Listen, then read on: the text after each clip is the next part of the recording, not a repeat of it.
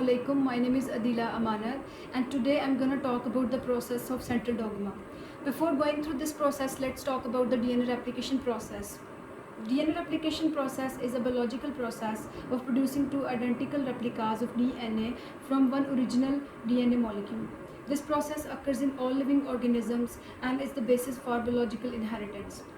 हमारे पास DNA जो DNA के स्ट्रैंड्स हैं इनमें दो स्ट्रैंड्स पाए जाते हैं जिनको एंटीपैरेलल स्ट्रैंड कहा जाता है.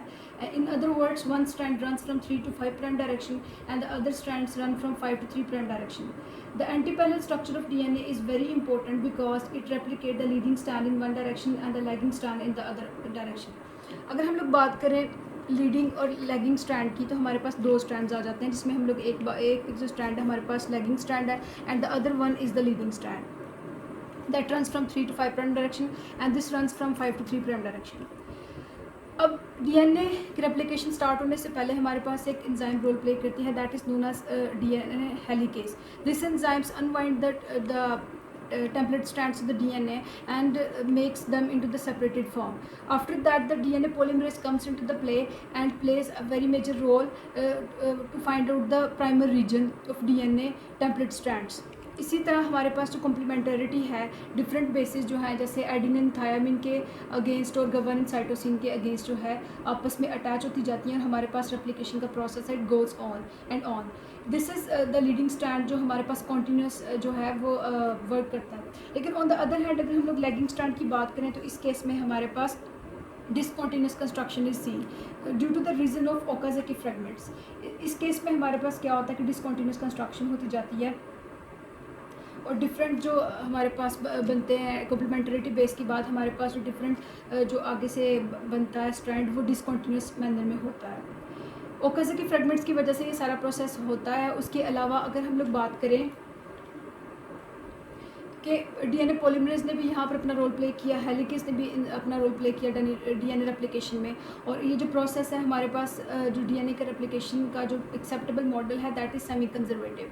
उसकी रीज़न हमारे पास ये है कि डीएनए रेप्लिकेशन के मॉडल को इसलिए सेमी कंजर्वेटिव कहा जाता है कि इसमें एक हमारे पास जो स्ट्रैंड है that is parental strand and the other is the daughter strand. That's all from the DNA replication. Next we will talk about the process of transcription. Next will talk about the process of transcription. Transcription के process में हमारे पास messenger RNA का जो है strand बनेगा जो मुसलसल बनता जाता है ड्यू टू द ये ट्रांसक्रिप्शन के प्रोसेस की वजह से. ट्रांसक्रिप्शन प्रोसेस हमारे पास बेसिकली है क्या? It is a process in which RNA synthesized using a DNA template strand and messenger RNA job is to carry the information copied from DNA and form a sequence of 3 base codes. उसके बाद हमारे पास further जो है वो translation का process चलता है. Before that हम लोग देख लेंगे कैसे डीएनए अपना रोल इसमें प्ले करता है और कैसे अपने स्ट्रैंड को जो है हेल्प करता है, कैसे अपने स्ट्रैंड को जो है आरएनए पॉलीमरेज की मदद से जो है हेल्प आउट करवाता है कि जिसकी वजह से हमारे पास मैसेंजर आरएनए का स्ट्रैंड बनता है.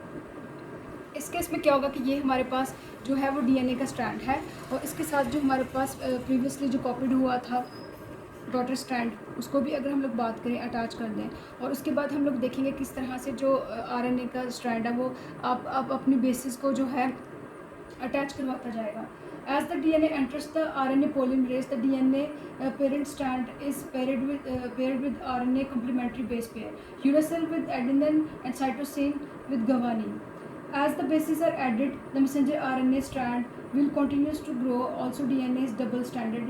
It contains sugar that is deoxyribose. हमें पता है कि जो DNA है उसके अंदर जो शुगर होता है that is deoxyribose sugar. और अगर हम लोग RNA की बात करें that is single stranded और उसके अंदर जो शुगर होता है that is ribose sugar. Instead हमारे पास जो है ये सारा जो है प्रोसेस देखने को मिलता है. उसके अलावा जो है इसी तरीके से अनटिल अनलेस हमारे पास कोई जो है स्टॉप कोडॉन ना आ जाए और जब हमारे पास कोई स्टॉप कोडॉन आएगा तो ये प्रोसेस रुक जाता है और हमारे पास जो कॉपी है मैसेंजर आरएनए की वो बन जाती है और ये वहाँ से मूव करते हुए साइटोप्लाज्म में रिलीज़ हो जाएगा. उसके बाद हमारे पास ट्रांसलेशन का प्रोसेस शुरू हो जाएगा जिसके बारे में हम लोग नेक्स्ट बात करेंगे. That's all about the process of transcription.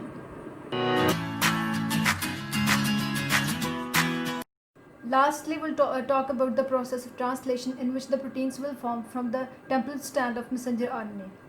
We have 3 types of RNA: transfer RNA, messenger RNA, and ribosomal RNA. Messenger RNA is a temporary copy of information from DNA. And ribosomal RNA is a structural component of ribosomes that helps in protein synthesis. Transfer RNA carries the amino acids to the ribosomes so that they can be assembled. If we talk about the function of the transfer RNA, then transfer RNA helps to decode messenger RNA sequence into a protein.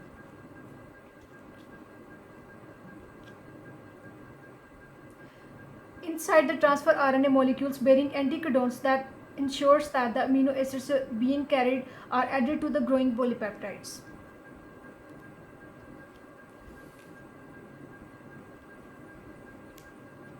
Start codons are the nucleotides that initiates the polypeptide formation.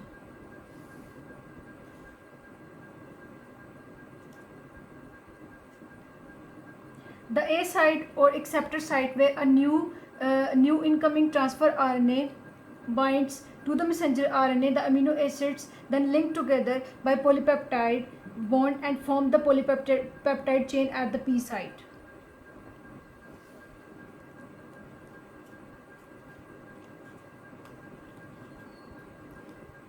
The E site or the exit site is the third and the final binding site.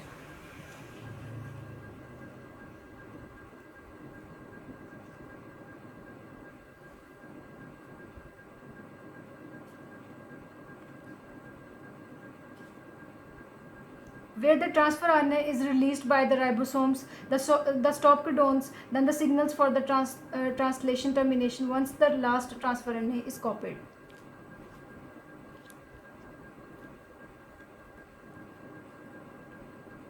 इस तरह से हमारा जो polypeptide chain है ये बनता जाएगा और अनटिल अनलेस हमारे पास कोई स्टॉप कोडोन नहीं आ जाता, ये प्रोसेस नहीं रुकता, क्योंकि हमारे पास जो ट्रांसफ़र आरएनए है ये डिकोड कर रहा होता है मैसेंजर आरएनए को। इसी तरीके से ये प्रोसेस गोज़ एंड गोज़ रहेगा जब तक हमारे पास कोई जो है स्टॉप कोडोन नहीं आता और ये टर्मिनेशन की तरफ जाए। ग्रोइंग पॉलीपेप्टाइड हमारे पास बन रही है in which the different types of amino acids are linked for the formation of proteins, and these are moving from the C terminus to the N terminus through the protein exit channel. Lastly हमारे पास जब ये सारा process ख़त्म होगा और हमारे पास एक stop down आएगा और ये इस प्रोसेस को जो है ख़त्म करता हुआ चला जाएगा। That's all about the process of central dogma. Thanks for watching.